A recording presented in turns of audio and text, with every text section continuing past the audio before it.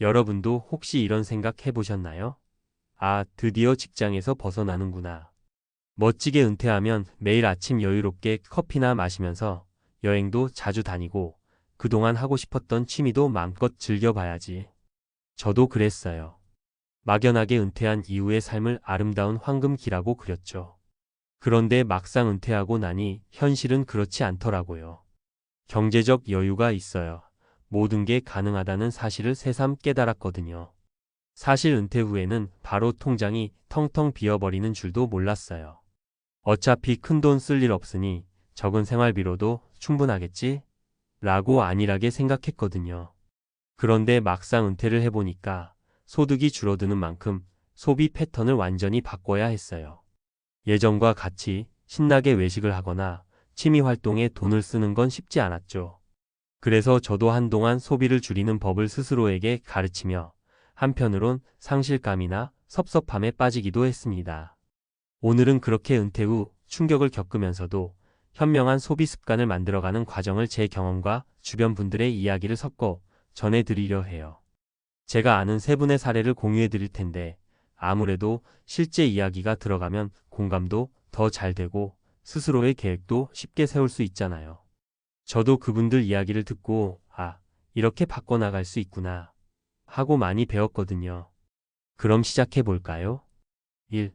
막연한 기대와 현실의 괴리. 은퇴를 앞두거나 막 은퇴한 분들을 보면 대부분 은퇴 후 생활에 대한 기대가 굉장히 큽니다. 평생 일만 했으니 이제부터는 자유롭게 살겠다라는 바람 말이에요. 그런데 한 달, 두 달 지나고 나면 쓸쓸하니 내가 생각했던 만큼 할 수 있는 게 별로 없네? 라는 실감이 옵니다.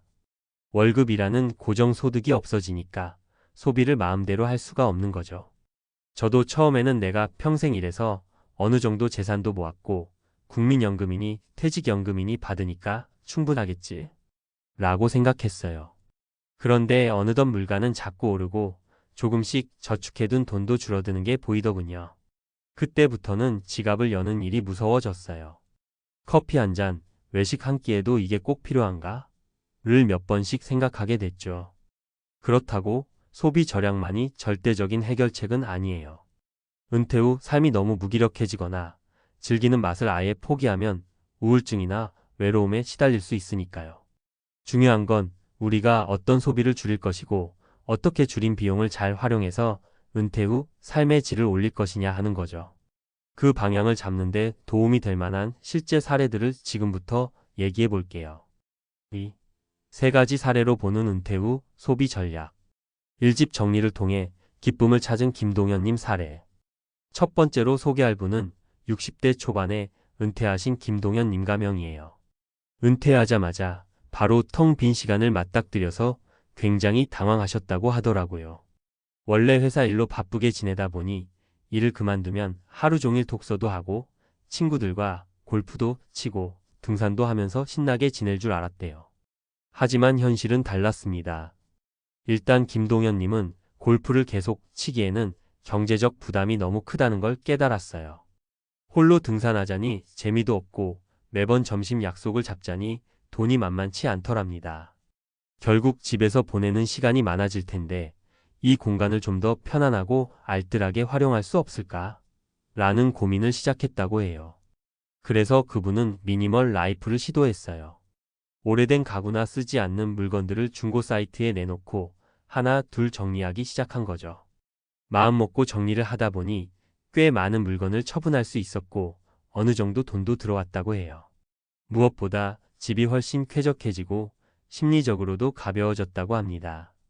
이제 집 안에 꼭 필요한 물건만 두게 되니 불필요한 지출을 스스로 경계하게 되었고 그러면서 주거비나 공과금까지 조금씩 줄어드는 효과가 있었다고 해요.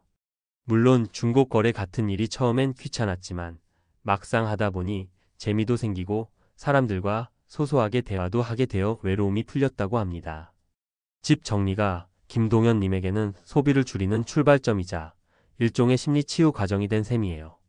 이 아르바이트로 적당히 바쁘게 지내는 이영자 님 사례. 두 번째로 소개할 분은 이영자 님 가명이에요. 50대 후반에 일찍 은퇴하시고 처음 몇 달은 쉬엄쉬엄 지내셨다고 해요. 그런데 그 몇 달이 지나고 보니 갑작스럽게 찾아온 무력감에 우울해지더랍니다. 돈도 조금씩 줄어드는 게 걱정되고 마냥 쉬기만 하자니 내가 남들보다 뒤처진다는 느낌도 들고요. 그때 남편이나 자녀가 돈 생각하지 말고 하고 싶은 거 해보라고 권유했다고 해요.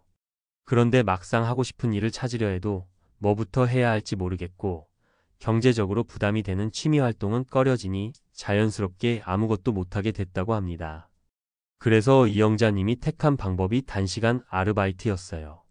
주 34일만 카페에서 일해보거나 평소 손재주가 좋으면 동네 공방 같은 데서 물건 제작을 돕는 등 작은 일자리를 찾아본 거죠. 그러면서 생활비를 조금이라도 충당할 수 있게 되었고 바쁘게 지내면서 소비할 시간 자체가 줄었다고 해요. 의외였던 건 아르바이트를 하면서 내가 여전히 쓸모 있는 사람이구나 하는 자존감을 회복하셨다는 점이에요. 주변 사람들과 부대끼며 새로운 관계도 생기고 일하는 데서 오는 긴장감이 오히려 즐겁게 느껴졌다고 합니다. 그리고 무엇보다 나는 은퇴해서 할 거 없는 사람이야 라는 생각에서 벗어날 수 있었대요. 이런 식으로 작은 소득원이 생기면 소비를 좀 더 계획적으로 조절할 수 있으니 마음도 한결 편해진다고 하더라고요. 3일상의 즐거움을 찾아 모임을 주도한 박민희님 사례. 세 번째 사례는 박민희님 가명이에요. 60대 중반의 은퇴 후 정말 제대로 여행 다니면서 시간을 보내고 싶었지만 예상보다 모아둔 돈이 빨리 닳는 걸 보고 이대로 가면 안 되겠다고 판단하셨다고 합니다. 여행은 줄이더라도 집에만 가만히 있는 삶은 상상하기도 싫어서 우울해하던 차였어요. 그렇다고 매번 대형 취미 모임에 가입하기엔 회비나 재료비가 부담되고 그렇다고 계속 집에만 있기엔 내가 이러려고 평생 일했나 싶은 회의감이 들었다고 해요. 그래서 박민희 님이 선택한 건 내가 직접 모임을 만들자 였어요. 예를 들어 독서 모임이라든지 공원에서 가벼운 산책을 하고 함께 커피 한 잔 마시는 모임을 SNS를 통해 주변 동네 이웃과 기획해본 거죠. 이렇게 스스로 모임을 만들고 주도하니 오히려 기획하는 재미가 있더랍니다. 처음엔 어색했지만 비슷한 관심사를 가진 사람들이 한두 명씩 늘어나더니 함께 도시락을 싸들고 나가서 공원 피크닉을 해보기도 하고 공공도서관에서 세미나를 여는 등 별도의 큰 비용 없이도 즐길 거리가 많아졌다고 해요. 그러면서 적은 비용으로도 풍성한 사람 관계와 여가를 만들 수 있게 되었죠. 평소에는 몰랐던 지역 자원이나 커뮤니티 공간을 활용하는 재미도 쏠쏠했다고 합니다. 3. 소비를 줄이면서도 활기찬 은퇴 생활을 위한 팁.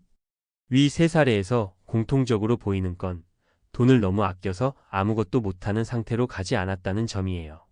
대신 어떤 활동이든 조금만 더 알뜰하게 즐기는 방법을 고민했고 그 과정에서 오히려 삶의 재미와 의미를 찾았죠. 소비 구조 조정.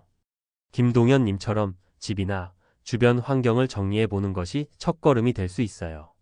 불필요한 물건을 팔거나 나눔하고 구조 조정을 통해 스스로 삶에 필요한 채소를 파악하면 그만큼 지출을 줄일 수 있답니다. 또 의외로 집안 구석구석을 뒤지다 보면 내가 이런 걸 가지고 있었네 하면서 새삼스레 발견하게 되는 자원들이 있어요. 그것들이 새로운 취미나 활동의 씨앗이 될 수도 있죠. 소득원이 될 수 있는 작은 일 찾기. 은퇴했다고 해서 반드시 일을 그만둬야 하는 건 아니잖아요. 하루 몇 시간 혹은 주 23일만 일할 수 있는 아르바이트나 관심 있는 분야의 자격증을 따서 교습을 해본다거나 프리랜서로 활동할 수 있는 기회를 찾아볼 수도 있어요. 소비가 줄어드는 가장 효과적인 방법 중 하나는 바쁜 생활이에요. 일을 하다 보면 몸과 마음이 활기차지고 쓸데없는 지출도 줄어들게 되죠. 또 작은 돈이라도 벌기 시작하면 가계부 쓸 때 마음의 안정감이 생겨요. 소소한 커뮤니티 활동. 박민희님 사례처럼 반드시 값비싼 동호회나 유료 프로그램에 참여해야만 은퇴 후 삶이 풍요로워지는 건 아니에요. 관심사가 비슷한 친구나 이웃끼리 모임을 만들어서 저비용 혹은 무비용으로 즐길 수 있는 방법이 많아요. 공공도서관이나 복지관 등 각종 커뮤니티 공간을 활용하면 자주 얼굴을 볼 수도 있고 인맥이 넓어져요. 사람들과 교류하다 보면 소비가 필요한 활동보다 함께 웃고 떠드는 작은 즐거움이 훨씬 크게 다가옵니다. 4. 함께 정리해보는 마음가짐. 사실 은퇴 후 생활이 생각보다 빠듯하다는 걸 깨닫는 순간 누구나 충격을 받습니다. 그동안은 매달 들어오던 월급이 없어지니 당연히 적응하는데 시간이 걸릴 수밖에 없죠. 그런데 꼭 기억해야 할 건 소비를 무작정 줄이는 게 답이 아니라는 것이에요. 분명 일상에서 꼭 필요한 비용도 있고 또 마음 건강을 위해서는 어느 정도의 소비가 필요합니다. 한꺼번에 지출을 0으로 만들려고 하면 오히려 삶의 질이 급격히 떨어져서 더 우울해질 수 있어요. 따라서 은퇴 후에는 위 사례처럼 가볍게나마 수입원을 확보하고 정기적으로 활동하고 외로움을 해소할 수 있는 커뮤니티를 찾아보는 게 좋아요. 그리고 아직 한 번도 정리해보지 않았던 집이나 주변 환경을 살피고 불필요한 지출을 꼼꼼히 살펴서 비용을 아낄 곳은 아끼되 써야 할 땐 쓰는 균형점을 찾아가는 겁니다. 아직 은퇴를 준비 중이신 분이라면 은퇴 전에 미리 소비 구조를 점검하고 작은 사업이나 아르바이트 가능성을 모색해보라는 말씀도 드리고 싶어요. 막상 은퇴해버리고 나면 마음도 급해지거든요. 미리미리 준비하면 충격을 훨씬 줄일 수 있습니다. 5. 마무리하며 은퇴 후에는 한동안 내가 무슨 재미로 살아야 하지? 라는 허탈감을 느끼게 됩니다. 저도 그랬고 주변 은퇴자분들도 비슷한 고민을 하시더라고요. 하지만 소비만 무조건 줄인다고 해서 행복해지는 건 아니에요. 중요한 건 한정된 예산 내에서 내가 진짜 좋아하는 걸 찾아 어떻게 즐길까를 고민하는 과정입니다. 소개해드린 세 분처럼 집 정리를 통해 자신에게 정말 필요한 게 뭔지 깨닫고 삶을 단순화하는 방법, 작은 일자리를 찾거나 프리랜서로 일하면서 자존감을 지키는 방법, 그리고 소소하게나마 직접 모임을 만들어서 일상의 즐거움을 누리는 방법 등등 충분히 시도해 볼 만한 것들이 많습니다. 여러분이 지금 막 은퇴하셨든, 은퇴를 앞두고 계시든, 혹은 아직 멀었다고 생각하시든 간에 언젠가는 꼭 마주하게 될 은퇴 후 소비 계획을 미리 고민해 보시길 권해요. 소비를 줄이는 것은 어디까지나 수단일 뿐, 그 결과로 삶의 질을 높이고 마음의 평온을 얻는 게 궁극적인 목표라는 점 잊지 마시길 바랍니다.